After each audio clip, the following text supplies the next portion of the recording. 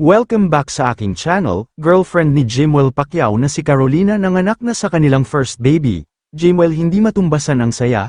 Jinky sobrang saya din dahil isa ng lola at may apo na sa kanyang anak. Panuurin at pakinggan ang buong detalye.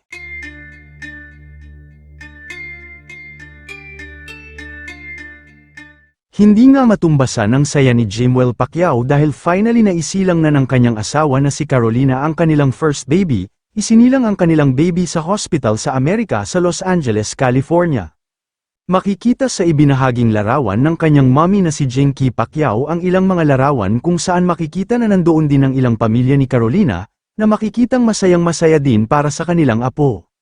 Makikita din na todo pag-aalaga at bantay si Jinky sa mag-asawang Carolina at anak na si Jimwell na palaging nasa tabi ng dalawa. At talagang binibigyan ng oras si Carolina at Jimwell para na rin alagaan at alalayan sila.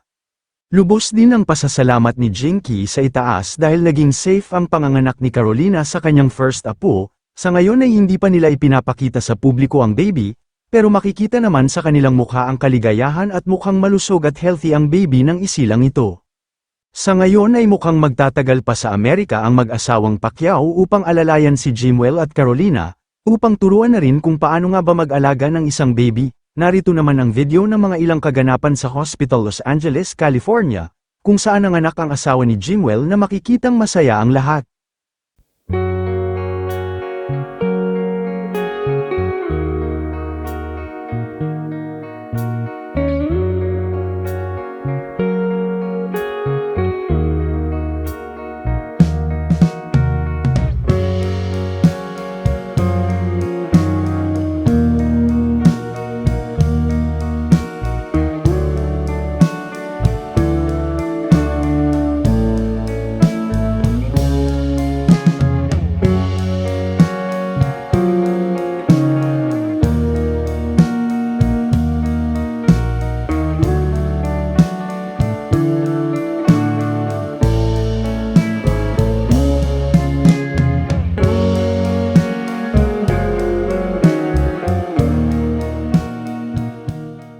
Kayo mga ka-showbiz, anong masasabi nyo sa ating showbiz topic ngayon?